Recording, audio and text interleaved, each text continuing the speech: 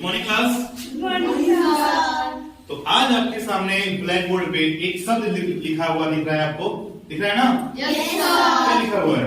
Leap words. Leap words या फिर leap year.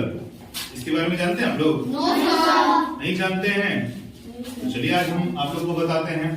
उससे पहले देखिए इस बॉक्स में आप लोगों को ये जनवरी फरवरी जो कि महीनों का नाम होता है ये लिखा हुआ दिखाई दे रहा है ना? Yes sir. इसके आगे जो है वो दिनों की संख्या दिखाई दे रही है। Yes sir. देखिए किसी में भी दिनों की संख्या सामान्य नहीं है, किसी में ज्यादा है, किसी में कम है, किसी में फिर ज्यादा है, किसी में कम है। लेकिन यहाँ पे देखिएगा ये जो फरवरी का महीना है इसमें दो संख्या लिखी हुई है। एक संख्या लिखी है 28, एक संख्या लिखी है 29। तो भाई ऐसा क्यों? सबसे पहले तो आप लोग जान लीजिए कि एक सामान्य वर्ष में जो दिनों की संख्या होती है वो होती है 365 दिन। कितनी होती है? 365 दिन। 365 दिन। इसमें ये संख्या तब होती है जब फरवरी का जो महीना होता है वो जो है 28 दिन का होता है, ठीक है ना? Yes sir. लेकिन कभी कभी आप लोगों ने देखा है, चाहे सुना भी होगा चाहे पढ़ा भी होगा, कि जो संख्या होती है साल में दिनों की वो 366 भी हो जाती है ना? Yes sir. तो वो कैसे होती है? तो देखिए आपको बताते हैं कि वो कैसे होती है। तो देखिए सामान्य वर्ष में जब फरवरी में दिनों की संख्या 28 होती है तब उस साल जो दिन की संख्या होती है टोटल वो 365 दिन होती है। और जब फरवरी का महीना जो है उस महीने में जब 29 दिन होते हैं तो उस वर्ष में टोटल एक दिन बढ़ जाता है 365 प्लस 1 यानी 366 दिन होता है, ठीक है? और जिस महीने में 366 दिन होगा उसी को हम लोग लीप वर्ष बोलते हैं या फिर कहते हैं। इसको हिंदी में अधिवर्ष भी बोला जाता है, ठीक है? तो अभी हम लोगों ने जाना कि जिन वर्ष में दिनों की संख्या 365 होती है तो वो सामान्य होते हैं, और जिस वर्ष में दिनों की संख्या 366 रहेगी तो उसको हम लोग लीप वर्ष या लीप ईयर या अधिवर्ष कहते हैं, ठीक है? Yes sir. चलिए अब हम लोग के सामने एक प्रश्न है कि लीप वर्ष कैसे ज्ञात करें। तो मान लीजिए कभी कभी एक सवाल आ जाता है कि बताइए कि फलाने सन में कुछ भी सन दे देगा आपको, मान लीजिए 2000 दे दिया, सन 2000 में बताइए क्या ये लीप वर्ष था या नहीं था? या फिर दे देगा कि बताइए 1965 क्या लीप वर्ष था या नहीं है? तो इसकी गणना करना थोड़ा मुश्किल हो जाएगा, हम लोग कैलेंडर को पलटने लगेंगे, खोजने लगेंगे। लेकिन देखिए इस सब चीजों को बताने के लिए, ज्ञात करने के लिए एक आसान विधि हम आपको बताते हैं, एक आसान सा ट्रिक बताते हैं आपको, जिससे आप लोग आसानी से जान जाएंगे कि कौन सा वर्ष लीप वर्ष है और कौन सा लीप वर्ष नहीं है। तो देखते हैं हम लोग कैसे ज्ञात करते हैं। यहां पे हम कोई भी दो या तीन सन लिख देंगे। मान लीजिए सन 2000, सन 1960, सन 1999, जो वर्तमान चल रहा है 2023, और जो आने वाला है 2024। हमारे पास कुल मिलाकर यहाँ पे 5 वर्षों के नाम दिए हुए हैं। अब हमको इसमें देखना है कि कौन सा लीप वर्ष है कौन सा लीप वर्ष नहीं है। तो बच्चों लीप वर्ष ज्ञात करने के लिए एक ट्रिक है, एक मेथड है। वो मेथड क्या है? देखिए मेथड क्या है। वो मेथड है कि जो भी आपके पास सन दिया होगा उसमें आप लोग 4 से भाग दे देंगे, ठीक है? समझ रहे हैं? जो भी आपके पास सन दिया होगा आप लोग उसमें 4 से भाग दे देंगे।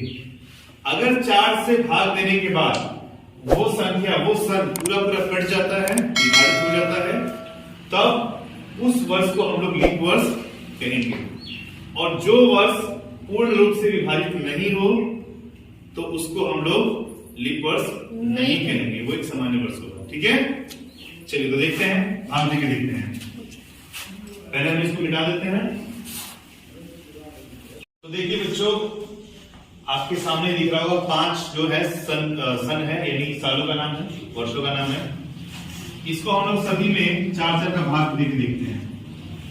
यहां भी 4 का, यहां भी 4 का, इसमें भी 4 का, इसमें भी 4 का और इसमें भी 4 का। देखते हैं कि कौन कौन सा पूर्ण रूप से विभाजित होता है और कौन कौन सा नहीं होता है।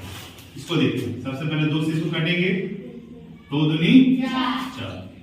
इसको भी काटेंगे, 2 एकम 2 और 3 शून्य। उसके बाद पूर्ण फिर से काटते हैं, 2 एकम 2 और ये आ गया 5 दूनी 10 और 0 0। तो देखिए ये सन 2000 है, ये पूर्ण रूप से विभाजित हो चुका है। ठीक है, तो इसका मतलब हम लोग कह सकते हैं कि जो सन 2000 है ये क्या है, लीप वर्ष है। ठीक है, क्योंकि पूर्ण रूप से विभाजित हो गया। अब इसको देखते हैं अगला, इसको भी 2 से काटते हैं, 2 दूनी 4। इसको काटते हैं, 2 9 18, 1 8 2 8 16 और ये 0।